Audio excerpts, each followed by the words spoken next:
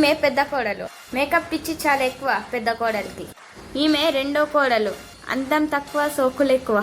ఈమె అందరికన్నా చిన్న కోడలు, అమాయకురాలు, జాలిగలే గుణం. ఈమెనే పిసనాడి అత్త సూర్యకాంతం. ఏమే కోడలి పిల్ల, వంట అయిందా? లేదత్తమ్మా, నేను ఇప్పుడు వంట చేస్తున్నా, మేకప్ అంతా పోతుంది కదా. రెండో కోడలా, నువ్వు వెళ్ళి వంట చేయపో. లేదత్తమ్మా, నేను ఇప్పుడు షాపింగ్కి వెళ్తున్నాను. యాక్చువల్ మూడో కోడలు ఎక్కడ ఉంది? ఏమైంది అత్తమ్మా? పోయి వంట చేయపో. వంట రాదత్తమ్మా. పెద్దదాన్ని అడుగుతానేమో మేకప్ పోతా అంటే, చిన్నదాన్ని అడుగుతానేమో షాపింగ్ పోతా అంటే, నీకు అడుగుతానేమో వంట రాదని అంటారా? అత్తమ్మ, నేను 5 కోట్లు తీసుకొని వచ్చిన, నేను ఏం పని చెయ్య అత్తమ్మ. అత్తమ్మ, నేను 3 కోట్లు తీసుకొని వచ్చిన, నేనేం పని చెయ్య, నేను ఆల్రెడీ ముందే చెప్పేశాను కూడా. నీ వంట చేయపో. వాళ్ళు పైసలు తీసుకొని వచ్చిరు నా కోడళ్ళు, నువ్వేం తీసుకొని రాలే, వంట చేయపో. అయ్యో దేవుడా, నాకు వంట రాదనంగా అత్తమ్మ వంట చెయ్యమని చెప్తుంది. ఎలా దేవుడా ఇప్పుడు? అమ్మా సుబిత. డాడీ, ఎప్పుడు వచ్చినావు డాడీ? అత్తమ్మ అత్తమ్మ అమ్మా. ఓ అచ్చమ్మ, ఒకటి కావు కావని అరుతా, ఒకటి బౌ బౌ అని అరుతుంది. ఏమైంది ఇళ్ళకు? అత్తమ్మ, సుబిత వాళ్ళ డాడీ వచ్చాడు అత్తమ్మ. అవును అచ్చమ్మ, నేను కూడా చూసిన, సుబిత వాళ్ళ డాడీ వచ్చారు అత్తమ్మ.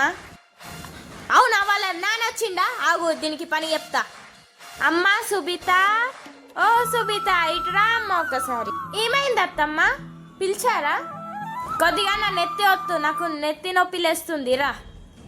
సరే అత్తమ్మ. సుబిత, ఇక బట్టలు ఉతుకవా? సుబిత, నాకు మెహందీ పెట్టు కదా. సరే అక్క. కట్నం ఇవ్వకపోతే ఎట్లా పనులు చేపించుకుంటున్నారు?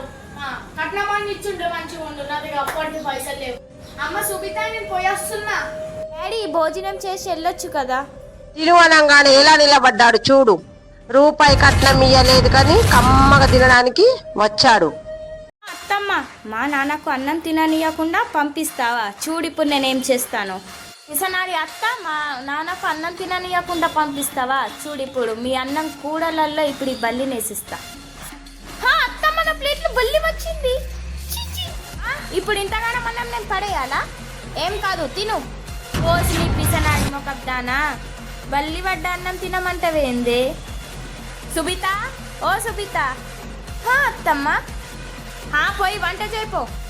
ఎందుకు అత్తమ్మ? అన్నంలా బల్లి పడింది. ఇంకెక్కడి బల్లి? అది నేనే వేసా. పిసనాడి అత్త, మా డాడీ వచ్చినప్పుడు మా డాడీకి అన్నం పెట్టావా?